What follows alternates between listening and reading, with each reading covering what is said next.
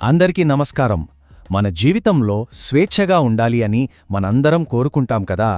కాని ఒక్కోసారి క్రమశిక్షణ లేకపోతే అదే స్వేచ్ఛ మనకు ఇబ్బందిగా మారుతుంది. మరి రెండిటినీ బ్యాలెన్స్ చేయడమెలా? రండి, ఈరోజు మనం క్రమశిక్షణ, స్వేచ్ఛ అనే ఈ రెండు అద్భుతమైన శక్తుల మధ్య ఉన్న అందమైన బంధం గురించి తెలుసుకుందాం. మనలో చాలామంది అనుకుంటూ ఉంటారు, లైఫ్లో సక్సెస్ అవ్వాలంటే చాలా స్ట్రిక్ట్గా, డిసిప్లిన్డ్గా ఉండాలా, లేకపోతే మనకు నచ్చినట్టు ఫ్రీగా ఉండాలా? ఈ రెండింటిలో ఏదో ఒకటి మాత్రమే ఎంచుకోవాలా? లేక రెండూ కలిసి నడిచే దారి ఏదైనా ఉందా? పదండి, ఈ ప్రశ్నకు కలిసి సమాధానం వెతుకుదాం. అయితే ముందుగా క్రమశిక్షణ అనగానే మనందరికీ ఏమనిపిస్తుందో చూద్దాం. చాలామందికి దాని గురించి ఒక చిన్న అపార్థం ఉంటుంది. డిసిప్లిన్ అనగానే అమ్మో, చాలా కఠినమైన రూల్స్, ఏదో పనిష్మెంట్ లాగా అనిపిస్తుంది కదూ. ఆ పాత ఆలోచన ఎలా ఉంటుందంటే, ఉదాహరణకు క్లాస్లో టీచర్ లేనప్పుడు పిల్లలు అల్లరి చేస్తుంటారు, లేదా ఆఫీస్లో బాస్ లేనప్పుడు ఉద్యోగులు కాస్త రిలాక్స్ అవుతారు. అంటే దీని అర్థమేంటన్నమాట? మనని ఎవరైనా కంట్రోల్ చేస్తేనే, మన మీద ఒత్తిడి పెడితేనే మనం పనిచేస్తామనే ఒక ఆలోచన. ఇప్పుడు ఈ వాక్యాన్ని కాస్త నెమ్మదిగా మనసు పెట్టి విందాం. క్రమశిక్షణ అనే గైడెన్స్ లేకపోతే మనకు దొరికిన స్వేచ్ఛను మనం సరిగా వాడుకోలేం. అది అదుపు తప్పుతుంది. అదే సమయంలో మనకు కాస్త కూడా స్వేచ్ఛ లేకపోతే ఆ క్రమశిక్షణ ఒక జైలులా అనిపిస్తుంది. ఇక్కడే అసలు సమస్య మొదలవుతుంది. కానీ భయపడకండి, దీనికొక అద్భుతమైన పరిష్కారం ఉంది. క్రమశిక్షణ, స్వేచ్ఛ అనేవి శత్రువులు కాదంట. వాళ్ళిద్దరూ బెస్ట్ ఫ్రెండ్స్ అని చెప్పే ఒక సరికొత్త ఆలోచన గురించి ఇప్పుడు మనం తెలుసుకోబోతున్నాం. ఇది మన ఆలోచన విధానాన్నే మార్చేయగలదు. ఈ కొత్త కల్చర్లో మొదటి పిల్లరేంటంటే క్రమశిక్షణ గల వ్యక్తులు. అంటే ఏంటంటే, మనల్ని ఎవరైనా చూస్తున్నారా లేదా అని కాదు, ఎవరూ చూడకపోయినా సరే మన పనిని మనం బాధ్యతగా, నిజాయితీగా చేయడం.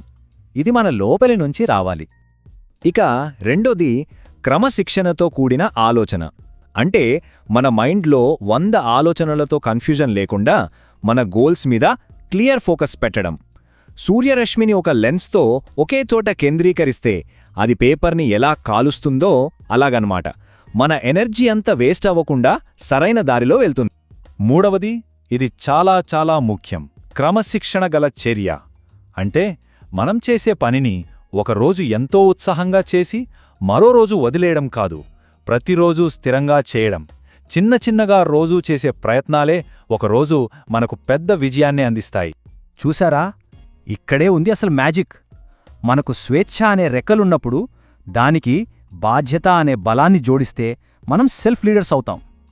మనల్ని నడిపించడానికి బయట నుంచి ఇంకెవరూ అవసరం లేదు, మనకు మనమే లీడర్. సరే, ఈ ఐడియా ఇంకా బాగా అర్థం కావాలంటే మీకొక చిన్న కథ చెప్తాను. ఒక నది, దాని ఒడ్డుల కథ ఇది. ఒక్కసారి కళ్ళు మూసుకొని ఊహించుకోండి, ఒక నదికి ఒడ్డులు లేవనుకోండి. అప్పుడు ఏమవుతుంది? ఆ నీళ్లన్నీ పొంగిపోయి ఊళ్ల మీద పడి పంటలను నాశనం చేస్తాయి. అంతా గందరగోళం, అంతా నష్టం. కాని అదే నదికి రెండు వైపులా గట్టి ఒడ్లు కడితే అప్పుడు చూడండి, అదే నీరు ఒకే దారిలో ప్రవహించి పొలాలకు ప్రాణం పోస్తుంది, మన దాహాన్ని తీరుస్తుంది. ఎంత ఉపయోగకరంగా మారుతుందో! ఇక్కడ క్రమశిక్షణ ఆ ఒడ్లు లాంటిదన్నమాట. అది మన స్వేచ్ఛ అనే నదికి సరైన దారి చూపిస్తూ దాన్ని ఇంకా పవర్ఫుల్గా మారుస్తుంది. ఓకే, ఈ ఆలోచన వినడానికి చాలా బావుంది. కానీ మనలాంటి వాళ్ల నిజ జీవితంలో ఇది వర్కౌట్ అవుతుందా అని మీకు అనిపించొచ్చు. అవును, తప్పకుండా అవుతుంది. కొన్ని ఉదాహరణలతో చూద్దాం రండి. ఒక స్టూడెంట్ని తీసుకుందాం. పాత పద్ధతిలో అయ్యో ఎగ్జామ్స్ వచ్చేశాయి అని చివరి నిమిషంలో టెన్షన్ పడి చదువుతారు. కానీ కొత్త పద్ధతిలో ఎవరు నన్ను ఫోర్స్ చెయ్యక్కర్లేదు, ఇది నా బాధ్యత అని రోజూ కొంచెం కొంచెం చదువుకుంటారు. అప్పుడు ఎగ్జామ్స్ అంటే భయముండదు, ఫుల్ కాన్ఫిడెన్స్ ఉంటుంది. అలాగే ఒక ఉద్యోగి బాస్ చూస్తేనే పని చేస్తాను అనుకుంటే అది తాత్కాలికం. కాని నేను చేసే పని నా బాధ్యత, నేను టైంకి నా పని పూర్తి చేస్తాను అని అనుకుంటే ఆ ఉద్యోగిపై అందరికీ నమ్మకం పెరుగుతుంది, అవకాశాలు కూడా వాటంతట అవే వస్తాయి.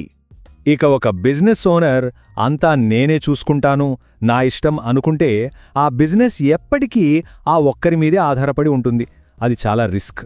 కానీ కొన్ని సిస్టమ్స్, పద్ధతులు అనే క్రమశిక్షణను పెడితే ఆ వ్యాపారం రైలు పట్టాల మీద వెళుతున్నట్టుగా యజమాను లేకపోయినా సజావుగా ముందుకు వెళ్తుంది. దీనికి ప్రపంచంలోనే ఒక బెస్ట్ ఎగ్జాంపుల్ ఎవరంటే టొయోటా కంపెనీ. వాళ్ళు కార్లు తయారు చేయడంలో చాలా స్ట్రిక్ట్ డిసిప్లిన్ పాటిస్తారు. ప్రతిదీ ఒక పద్ధతి ప్రకారం జరగాలి. అదే సమయంలో అక్కడ పనిచేసే ప్రతి ఒక్క వర్కర్కి ఇలా చేస్తే ఇంకా బాగుంటుంది అని చెప్పే పూర్తి స్వేచ్ఛను కూడా ఇస్తారు. చూశారా? కఠినమైన క్రమశిక్షణ, పూర్తి స్వేచ్ఛ ఈ రెండూ కలిశాయి కాబట్టే టొయోటా ఈరోజు ప్రపంచంలోనే అత్యంత నమ్మకమైన కార్ బ్రాండ్లలో ఒకటిగా నిలిచింది. చూశారుగా ఈ ఆలోచన ఎంత పవర్ఫుల్లో? ఇప్పుడు కేవలం వినడమే కాదు, ఈ అందమైన ప్రిన్సిపుల్ని మన జీవితంలోకి కూడా తీసుకువచ్చే సమయం వచ్చింది. ఇది మన వంతు, మన ఎదుగుదల కోసం. ఒక్క నిమిషం ప్రశాంతంగా కూర్చుని ఈ ప్రశ్నలు మనల్ని మనం వేసుకుందాం. మొదటిది, నన్ను ఎవరైనా పుష్ చేస్తేనే నేను పనిచేస్తానా, లేక నా అంతట నేనుగా బాధ్యత తీసుకుంటానా? రెండవది, నాకు దొరికిన స్వేచ్ఛను నా మంచి కోసం వాడుతున్నానా, లేక వృధా చేస్తున్నానా? మూడవది, ఈరోజు నా జీవితంలో ఏ ఒక్క చిన్న విషయంలో అయినా సరే కొంచెం ఎక్కువ డిసిప్లిన్ అవసరం అని నాకు అనిపిస్తోందా? సరే, ఇది పెద్ద కష్టమైన హోంవర్క్ ఏమీ కాదు, ఒక సరదా ఛాలెంజ్ అనుకోండి. మీకు నచ్చిన ఒకే ఒక్క చిన్న మంచి అలవాటును సెలెక్ట్ చేసుకోండి. ఫర్ ఎగ్జాంపుల్, రోజూ 10 నిమిషాలు వాకింగ్ చేయడం, లేదా ఒక పేజీ బుక్ చదవడం. దాన్ని కేవలం 7 రోజులు ఎలాంటి సాగులు చెప్పకుండా ఫాలో అవ్వండి. మీకు పూర్తి స్వేచ్ఛ ఉంటుంది, కానీ ఆ స్వేచ్ఛను ఈ మంచి పని చేయడానికి బాధ్యతతో ఉపయోగించండి. ఈ ఒక్క మాటని మనం గుర్తుపెట్టుకుందాం.